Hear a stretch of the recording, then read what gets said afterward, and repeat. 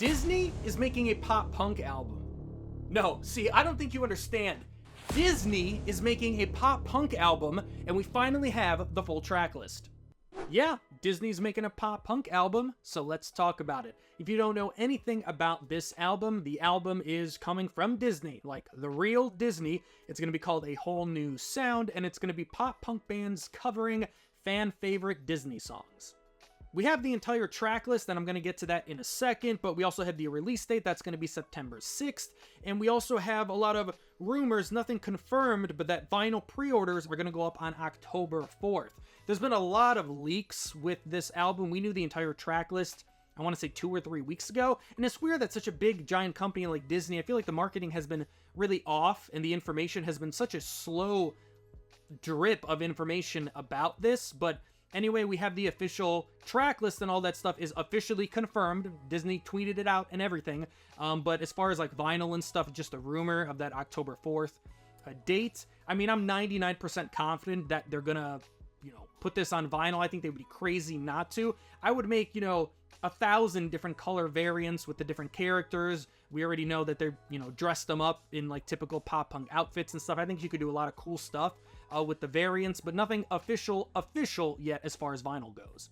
So yeah, let's get right into the track list. We'll go, song by song and give out all the information. So we have A Part of Your World from The Little Mermaid by New Found Glory, Remember Me from Coco by Mayday Parade, Can You Feel the Love Tonight by The Lion King, or from The Lion King by Simple Plan, 121 from A Goofy Movie by Magnolia Park, so that has already come out, A Whole New World from Aladdin by Yellowcard, Go the Distance from Hercules by We the Kings, Surface Pressure from Encanto by The Plain White Tees, You've Got a Friend in Me from Toy Story by Meet Me at the Altar, You'll Be in My Heart from Tarzan by Boys Like Girls, Colors of the Wind from Pocahontas by Tokyo Hotel, Let It Go from Frozen by LOLO, and Friend Like Me from Aladdin by Bowling for Soup.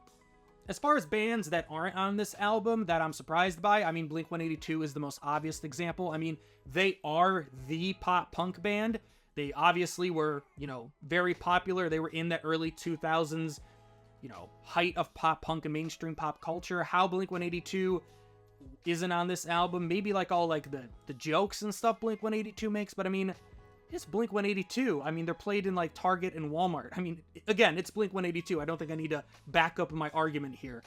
The other band would have been My Chemical Romance. I think it would have been hilarious. Maybe I'm the only one that thinks that it would have been funny. My Chem, comes back, releases Foundations of Decay, no news about a new album or new song or anything like that, and their second song, even though it would have been a cover, but their second song back would have been on, would have been a pop punk cover of a Disney song. I think that would have been hilarious. Again, maybe it's just me, but I can't think of any other mainstream pop punk bands that are like so obvious that should have been on this album.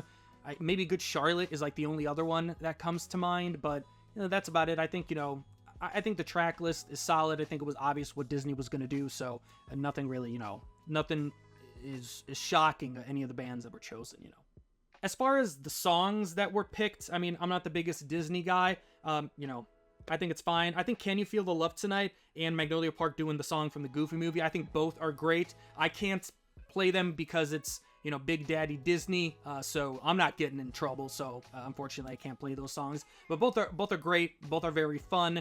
The only thing, like, I don't know about you guys, but I'm a big Brother Bear fan. I love that soundtrack. I don't even know what it is about it. It's Phil Collins, right? Or am I totally wrong? Maybe I'm wrong, but Brother Bear was awesome, so I wish there were some Brother Bear songs. In my first video where I talked about this, I love the internet sometimes. I got so many comments saying, Michael, so many other bands have covered pop punk, or have done Disney pop punk covers before. What's so special about this version, this album? I mean, Disney. Like, Disney's making it, and, like, producing it. Like, it's from Disney. Like, Disney. Like, that's why it's different. Like, this might be the most mainstream pop punk thing that has happened in the scene for years. I'm not saying you have to like it. Like, you can not like Disney and all that stuff. That's fine. But we're not going to deny how and why this is different. Because it's Disney. Like, that's why. And to look at it more on a macro scale, like the reason why this album even exists, it makes perfect sense. Like, now is the perfect time to do this. I talk about it on the channel all the time. That right now we're in almost a revival of the early 2000s pop punk slash emo sound. Like, nostalgia has almost never been higher for that era of pop punk, emo, whatever you want to call it. Whether it's, you know, emo nights, or just you can go on TikTok and see the nostalgia for all of these bands. A lot of the bands that broke up came back and are either putting out new music or are touring again for the first time in years. So Disney saw that and was like, okay, let's grab some of those nostalgic bands. Let's take some new bands. Let's put some covers of Disney classics, songs that everybody knows the words to. A lot of us grew up with these songs, watching these movies as kids. Now we're older. Some of us have kids and families and stuff like that. Like, a lot of people are going to be, I can see, playing this to their kids in the car, or, you know, running errands, or just in the house. It's a family-friendly pop punk album, and it makes sense to release it now. Like, now is the perfect time to do it. And the other comment I got the most was about whether this has anything to do with the Punk Goes series. It doesn't. They're two completely separate things. I believe Fearless is the one who still owns, like, they're the only ones who can put out a Punk Goes album. Because I always thought, I was like, why didn't Disney just call this Disney Goes Pop Punk or Disney Goes Punk? Like, that rolls off the tongue, right? Disney Goes Emo, that would have been fun. But maybe they didn't want to deal with that because it was too close. Like, nobody's referring to this as a whole new sound album. Everybody's just calling it Disney Goes Punk or Disney Goes Pop Punk because it's just easier. It rolls off the tongue, right?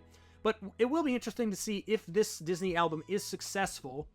Will that lead to Fearless being like, hey, let's just revive the Punk Goes series because people really like pop punk covers? And I think there's a different way to do it. A lot of the Punk Goes series was just pop punk bands doing covers of other popular songs at the time. Like, right now you would get a pop punk cover of Hot to Go, right? Like, boom, pretty obvious, right? But I think there's so many different things you can do, whether it's, you know, songs from our childhood or like our teen years, like cartoon intros, or you know, anime intros, or there's so many different things you can do that's just not, here's a pop punk cover of popular song on the radio. And depending on how popular the Disney pop punk album is, my guess is it's going to be pretty popular. Does that lead to any more Disney pop punk emo integration? Like, are we going to hear this album played at Disney World or Disneyland? Do we get an emo night in Disney World? So that's all the information that we have about the new Disney pop punk album. Let me know in the comments if you're excited for this album, if you hate everything about this album. From everything I've seen about the different videos I've posted about this, it's kind of split 50-50. People are either really excited about it, or they see this as giant evil company coming into the pop punk scene and not helping at all. So it's going to be super interesting to see what the reaction is when the full album finally comes out. Please like the video. It really helps me out, really helps the channel out. Please subscribe, and thanks for watching.